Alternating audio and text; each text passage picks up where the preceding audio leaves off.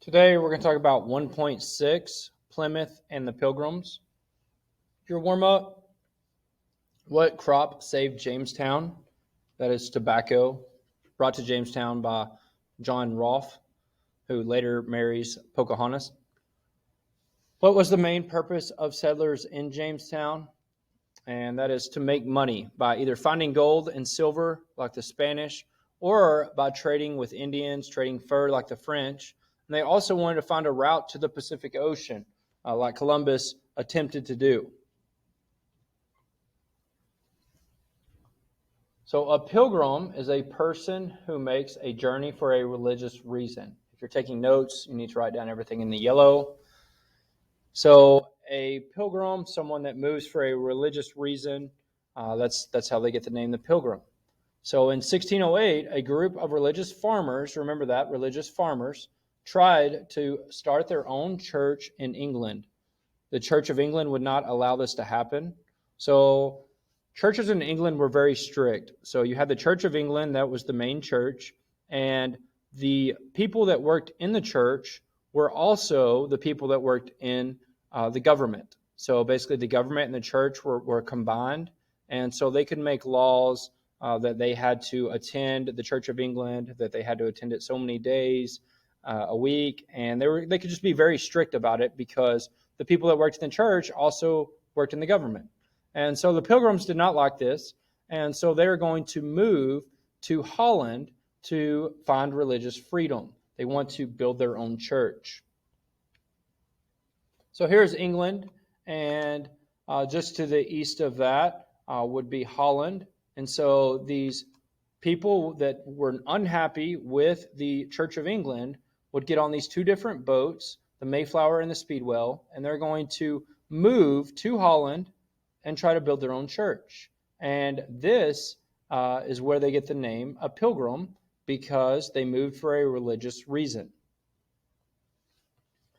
So the Pilgrims, they become homesick. You know, they've moved away from England, that was their home, and they missed the way of life the way it was in England. So in 1616, they're going to have a couple of their men return to England, and they're going to talk to the Virginia Company of London, and they're going to ask for a charter to start a new colony in North America. Now, the Virginia Company, it's a group of wealthy people that also loaned out a charter to the people of Jamestown. And so the Pilgrims are going to come 9 years later and basically ask for the same thing, ask if they can come to the New World and have religious freedom over there. And so the Virginia Company agrees. And so the Pilgrims then return to England from Holland, and they return on these two ships. And they're coming back so they can gain more supplies before their trip to the New World. So after returning to England for supplies, these ships are going to take the Pilgrims to America. Now, the Speedwell, it was proven to be unseaworthy, meaning the ship was too small to take across the Atlantic Ocean. It would be very dangerous to take a ship that small across the Atlantic. So instead, the Pilgrims leave the Speedwell in England, and everyone gets on the Mayflower. And so all the Pilgrims crowded onto the Mayflower. Notice Columbus has nothing to do with the Mayflower. That's a big misconception in history that Columbus rode on the Mayflower. No, he did not. He would have been about 150 years old if he was to ride on the Mayflower. So Columbus has already, passed away. So the Pilgrims, they come over without Columbus, and they set out and they leave from a town called Plymouth, England, in September 1620. So normally this trip takes somewhere close to 4 months.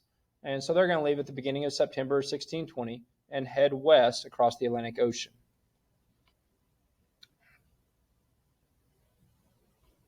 So crowded on the Mayflower, there's 101 men, women, and children that head to the New World, and they're aiming for land just north of Jamestown. And if you remember, on the trip to Jamestown, there were 100 men.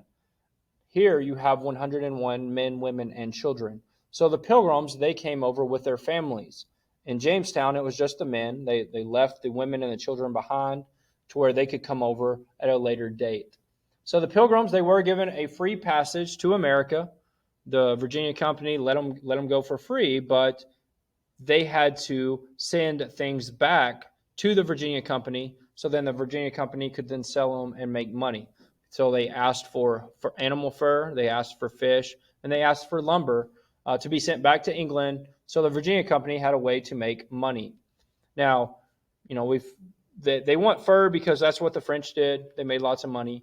They wanted fish, and then lumber because England at the time had already been colonized, or there were already developments in England to where there's cities that have been built for years, there's towns that have been built for years, and the country of England, the country is not very big when you compare it to the United States, and so their resources are limited. Much of their trees have been cut down to build in England, and you have the United States, that territory that is just straight wilderness. There's plenty of trees there for the Pilgrims to cut down and send back to England.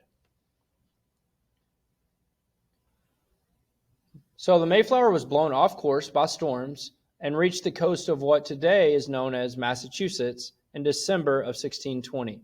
So I told you they were aiming just north of Jamestown. That was their goal, to be somewhat close to Jamestown.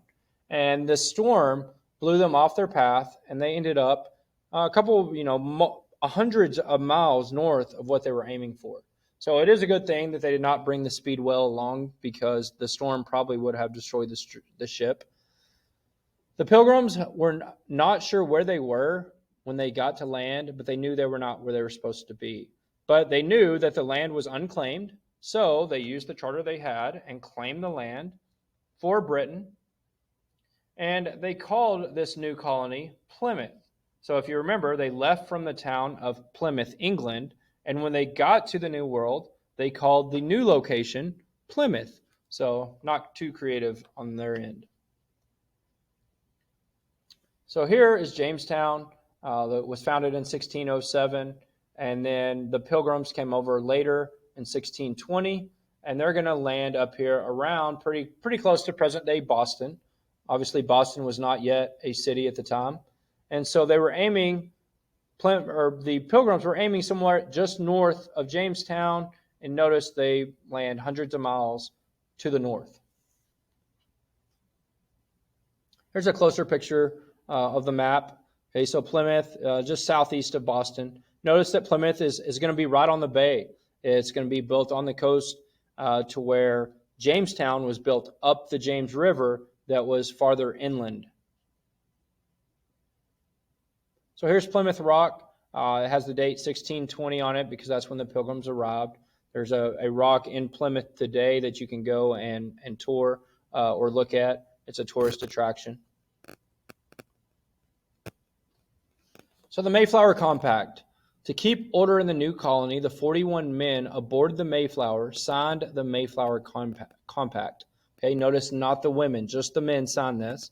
And this Mayflower Compact is an agreement to make laws for the good of the colony and to obey those laws.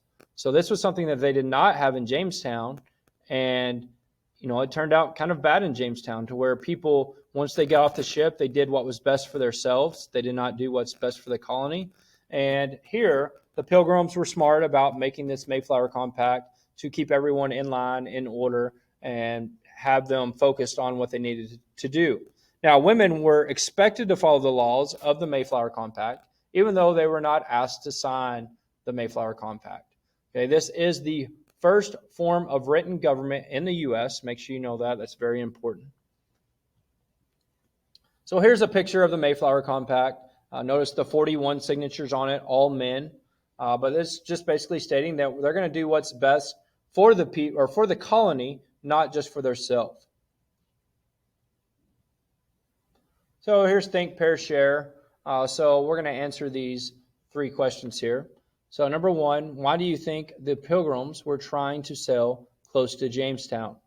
The answer is so they had resources and help nearby. So if you were to go to a new country, somewhere you'd never been before, and you were to move there, I would think that you would want someone nearby that speaks the same language as you, that is very similar to you as far as where you're from, and somewhere you can get resources, somewhere that you can go to trade items, and then some. You also have people nearby that could help protect you, and then you could help protect them also. So that's why they were aiming near Jamestown. They wanted somewhere where they could trade, somewhere they had nearby friends or at least people that spoke the same language. But that didn't happen. They ended up way farther north. So number 2, was arriving in December good or bad, and why? Okay, it was very bad, and that's because Massachusetts, Plymouth is in Massachusetts, and it's pretty far north. And in December, it has lots of snow and it's very cold. So when these pilgrims get off the boat, they are welcomed with cold weather, and it's not very good for farming. And so they struggle to plant crops, and because of that, they're going to end up running out of food. Remember, these pilgrims in England were farmers, so they have experience farming. But when you show up in the Northeast in December, it's too cold and you cannot grow crops. And then number 3, what was the main reason for the Pilgrims coming to America? And that was to build their own church. They wanted to escape the Church of England and build a church that they enjoyed. It's not to spread Christianity. They were not trying to spread Christianity to the Indians. They were just worried about building a church for themselves so they could enjoy it. So we said the winter of 1620, 1621, it was very cold. It was hard. The weather was cold, and there was not enough food. And many of the settlers became ill, and about half the Pilgrims died. So just like Jamestown, the beginning of the colony, when they first started, it's very bad. It's tough. Over half the settlers pass away because of starvation. Now the difference is in Jamestown, they struggled with starvation because these people were undisciplined to where they would go look for gold and they would stay up late at night and drink, to where they were not hard workers until John Smith arrived. Here, the Pilgrims were hard workers, but they just showed up the wrong time of year to where it's a cold winter in the Northeast. They can't plant new food. So they do get help from the Indians. So 2 Indians from the Wampanoag tribe arrive in the spring to help the Pilgrims. So you have Squanto and Somerset come to the Plymouth colony and live with and help the Pilgrims. So they're going to actually live with the Pilgrims. So they show them how to plant certain crops like squash, pumpkins, and corn. Now these are all crops that they did not have in Europe. So thankfully, the Indians were able to share with them crops that would grow well in the climate and the soil. In November, they harvest the crops and have the first Thanksgiving. So Thanksgiving, the first one, happened in Plymouth, and it happened with the Pilgrims and the Indians, and it is basically giving thanks for this great harvest. So when you go to Thanksgiving next time with your family, you can tell everyone the first Thanksgiving happened in Plymouth, and it was among the Indians and the Pilgrims, and it was to celebrate having food and having a good crop, because the winter before, many of the Pilgrims starved because they did not have food. So here's a picture of the first Thanksgiving. Notice you see both people from Plymouth, so you see English people, and then you also see Indians, and they're having a big feast. They're celebrating the crops that they have grown, giving thanks to the Indians for helping them. So know that Plymouth is north of Jamestown, therefore the weather is colder. Plymouth's soil is more rocky compared to Jamestown, which hurts for farming. Plymouth has lots of trees and is good for fishing.